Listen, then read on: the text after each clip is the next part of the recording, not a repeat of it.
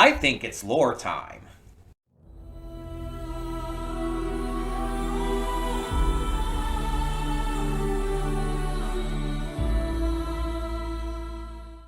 Hey everyone, welcome to Princess Gay. I'm your host Connie, and today we are here with Bleach, the Thousand Year Blood War, episode 11.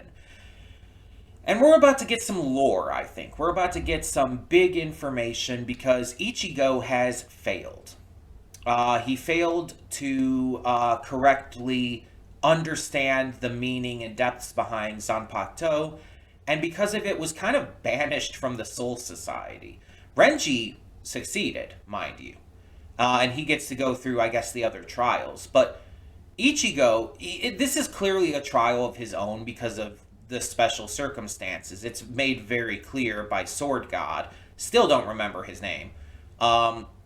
But it's made very clear that that Ichigo needs to go through this and find out more about himself before he can truly understand Zanpakuto. So, in order to do so, he's sent back home. And it's already been built up. We know he's going to be talking with his father. We know we're going to find out about his mother and the Quincy and everything. And this is going to be big. We're going to have a big backstory here. It's going to get really interesting.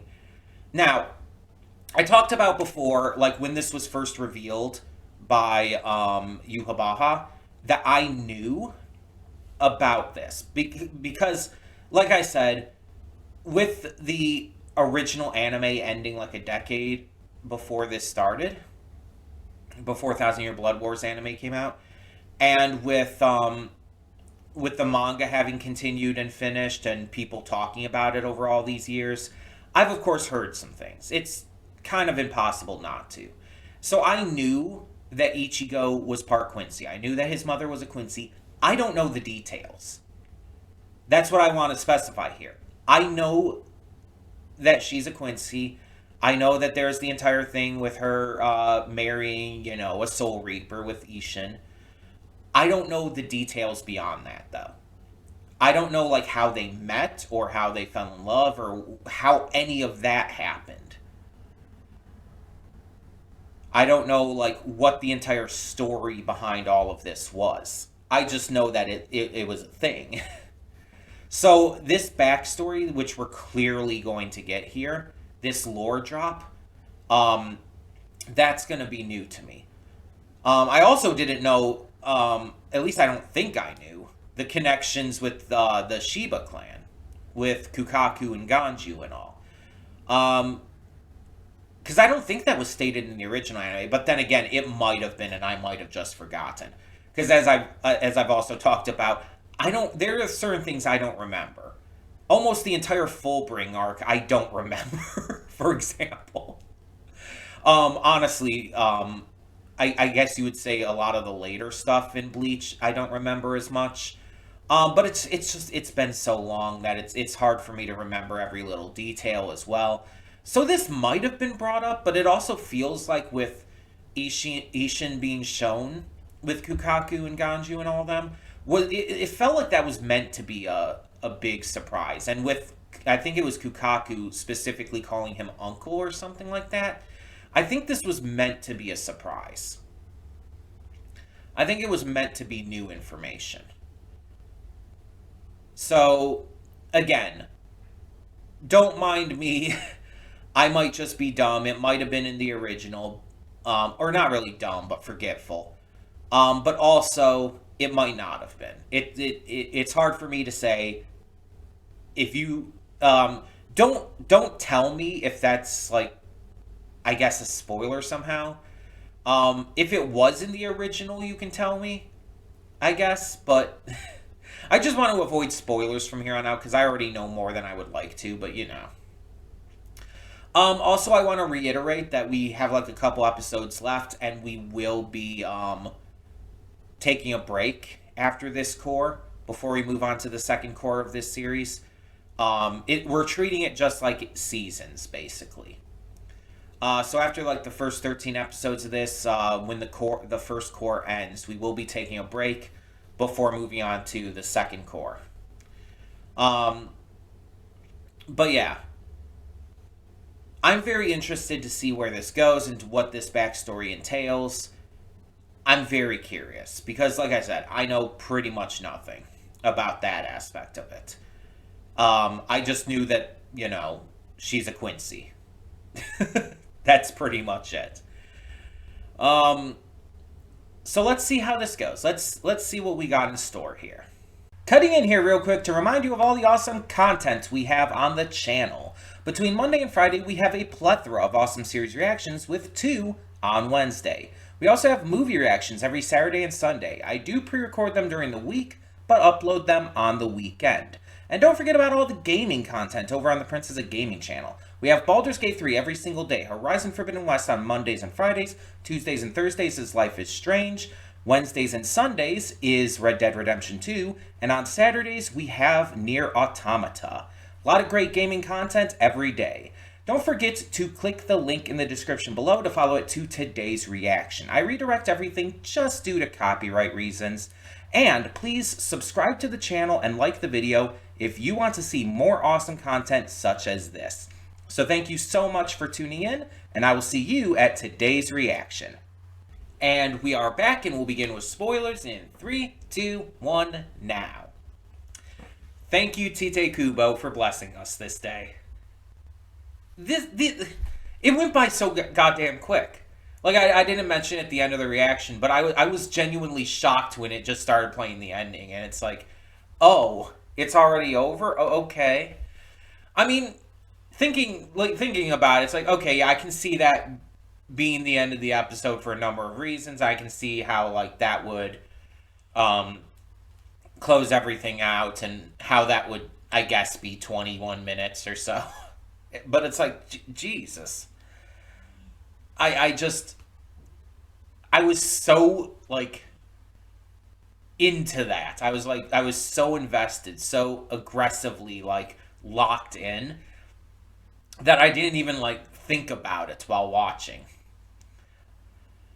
Like, even though it's, like, obvious, like, oh, that moment with Aizen at the end, like, I can't wait to see what happens next. By the way, vibe.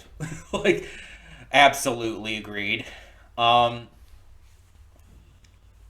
Even if it's, a different context for that, but I absolutely see why that would be the final line in the episode and why that would end there and all, yeah. But it's like, oh, it's just over, okay. So yeah, we get the follow-up from where we left off. Sword God even explaining to Renji, it's like, oh, even you could tell that Ichigo wasn't ready for this. He needs to discover who he is. And so we see Ichigo and everything. He starts by running. He runs to his boss. This woman who I don't 100% remember. It's like, I recognized her the instant I saw her. It's like, I know I've seen you. I just don't remember your character. It's like she clearly didn't have that big of an impact on me, like compared to other characters in this series. It's like I'll remember certain characters, but then some it's like, who are you again? Remind me, please? And it's like, again, I remember she exists. I just don't remember exactly, like, who she is. Like, it seems like she's human, because she I guess didn't see Ishin, or maybe it's unclear if she knows about all of this. If she's like, if she knows about the Soul Society and everything. But she's Ichigo's boss. He was working under her. According to her, at least, she's like a big sister to him, so they're close. And so it makes sense why he would go to her, I guess. With all the confusion and pain and sorrow that he's been, facing because of this. So I get it. But at the same time, I'm also just like, I don't remember enough about her. It's just one of those cases where this is an absolute sign of how, like, my mind can just, like, not remember certain elements of a series that I watched, like, over a decade ago. I don't remember her. that much. Again, I remember her visually. I remember her design to a point where it's like I'm seeing her. It's like I know her. I just don't know why I know her. I don't remember much of anything about her character. But like I was saying, if she like appeared in like the later arcs, after Aizen and stuff, which I think might have just been the Fullbring arc actually. I'm not 100% sure, but if that's like where she came from, it's like I remember very little about that, like in general. So, um, either way, Ishin coming to Ichigo in his full Soul Reaper garb tells him that, oh yeah, this is serious. So he follows Ishin, and they start to finally talk. Ishin starts to tell the backstory of how he met Masaki Kurosaki, a Quincy woman. So we find out that he was actually the captain of the same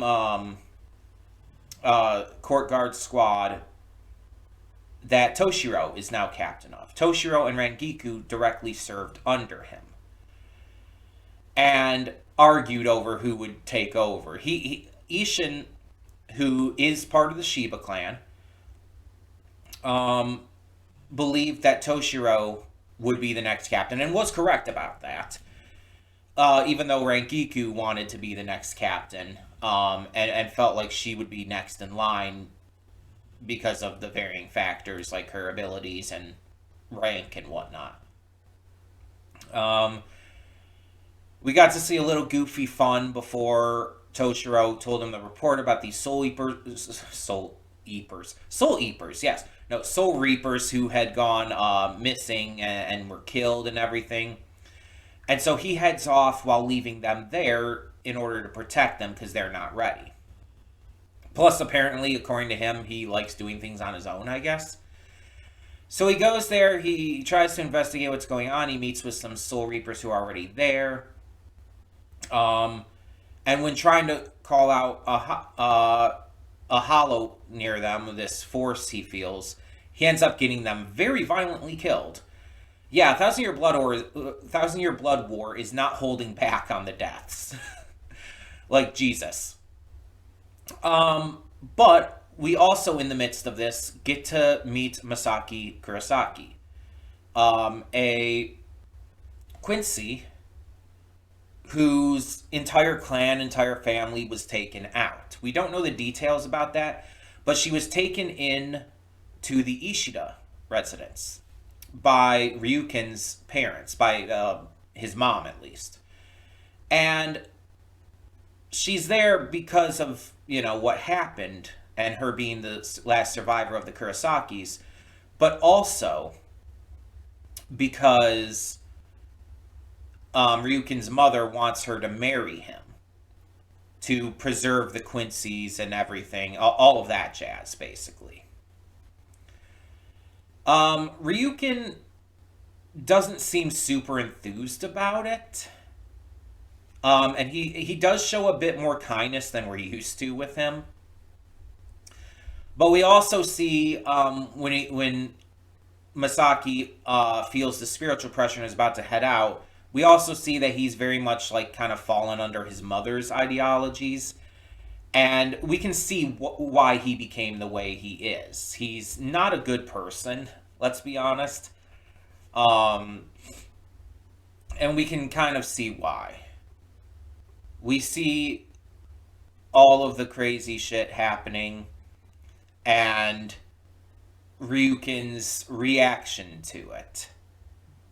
And how he's like, oh, we don't go in until the Soul Reapers are already dead. We don't get involved with them. And Masaki's reaction is basically like, fuck that. That's not nice. That's not a good thing to do. I couldn't live with myself if I waited and didn't save people. And so she leaves anyway. And Ryuken's like, okay, lady, we're heading out to follow her. I can't remember the girl's name. But it's like, we're following her, get ready, we're heading out. So we see her coming upon the battle. Ishin has been having trouble with this with this, as we find out, Soul Reaper, who had been turned into a hollow via experimentation thanks to Aizen, Tozen, and Gin.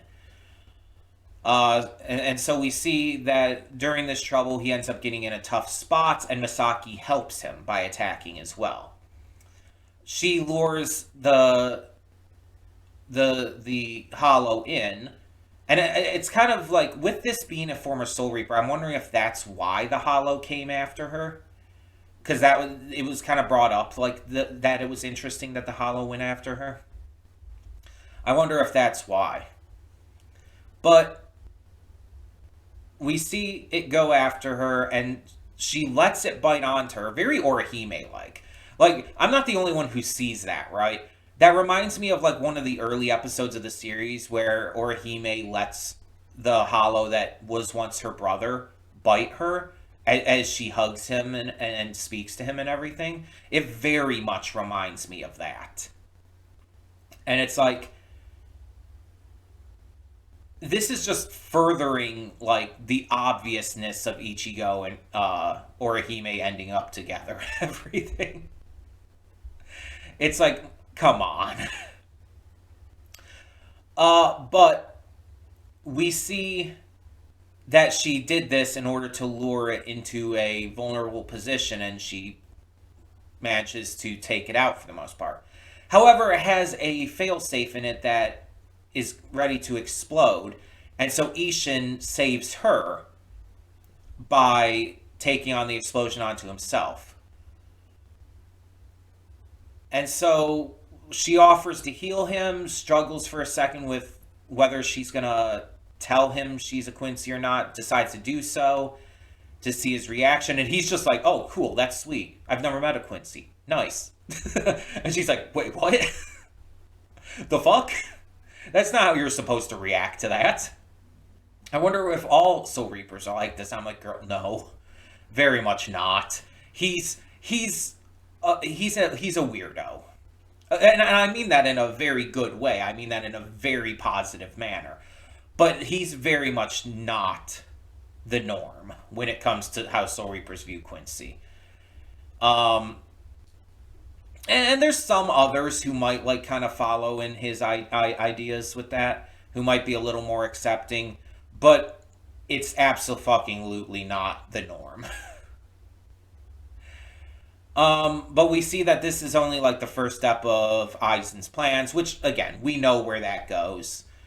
So this is just, setting up that Aizen, Gin, and Tozen had a hand in all of this as well, that they were very much active and making moves during this time.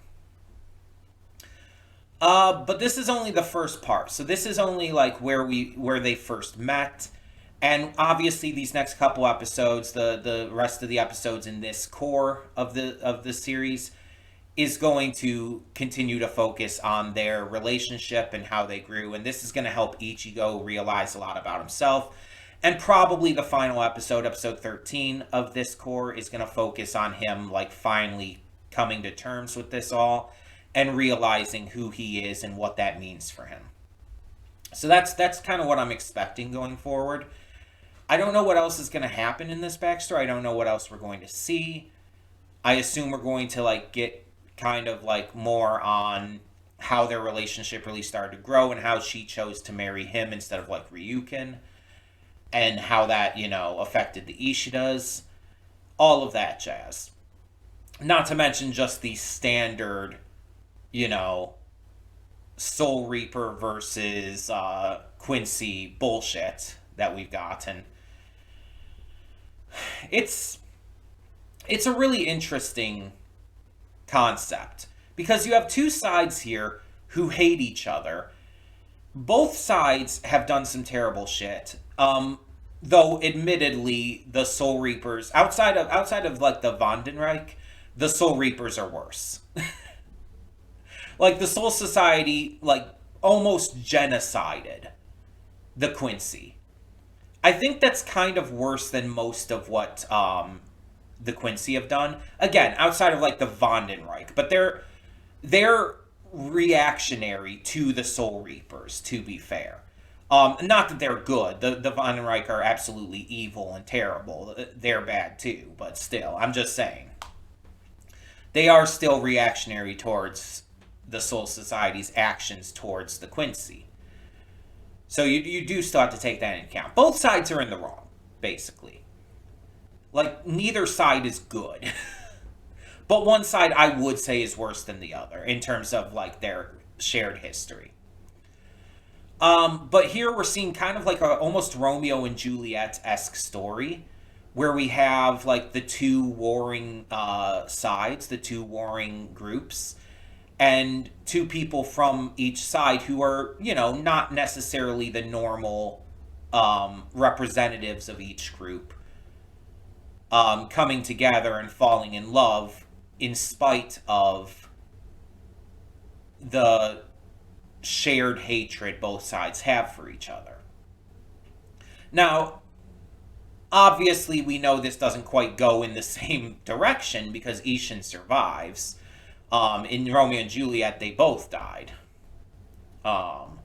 It's a tragic story, and as a lot of people point out, not exactly the most healthy.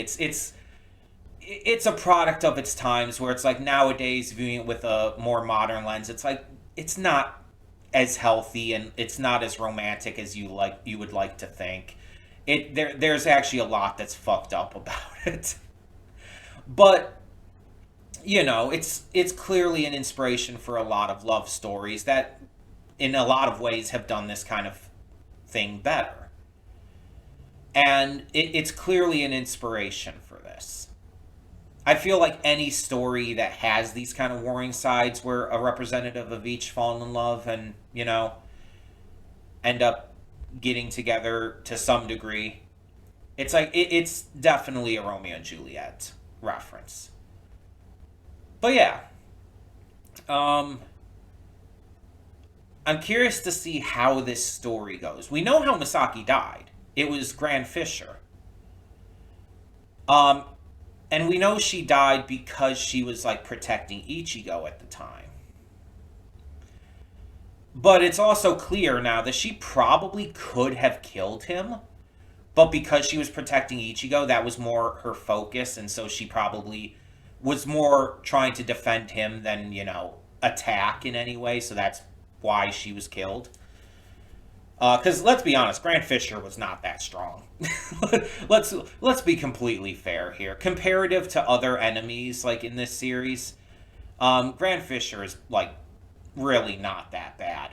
Like he became stronger. I believe it was in the Waco Mundo arc, but he like back then was like at his weakest pretty much. But it's like, yeah, it's clearly because she was protecting Ichigo who was there. That's obvious. But I feel like we're going to get a lot more explanation of that now. I feel like we're going to get a lot more depth of that moment than we've gotten previously in the series, and learn more about like everyone's like exact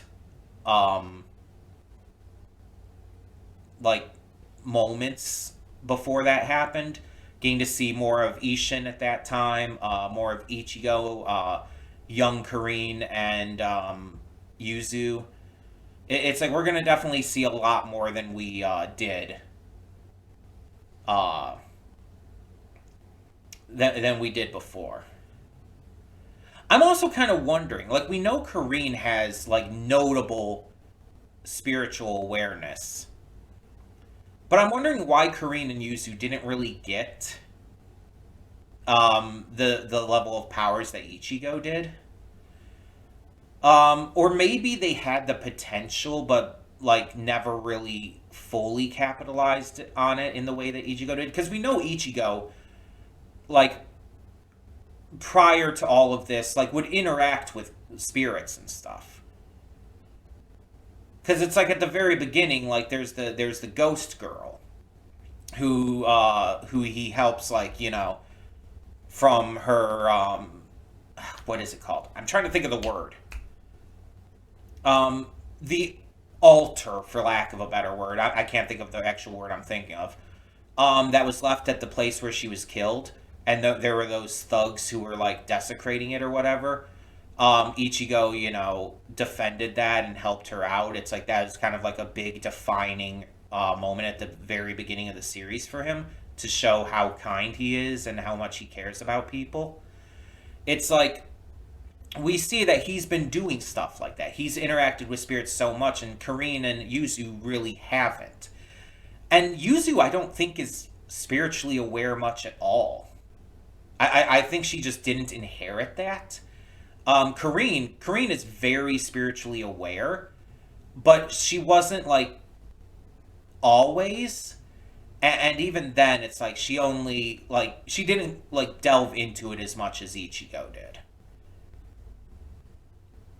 So yeah, I guess just a different, because of their different ways of handling it all, the different ways that they like have been raised into it. Maybe, I don't know.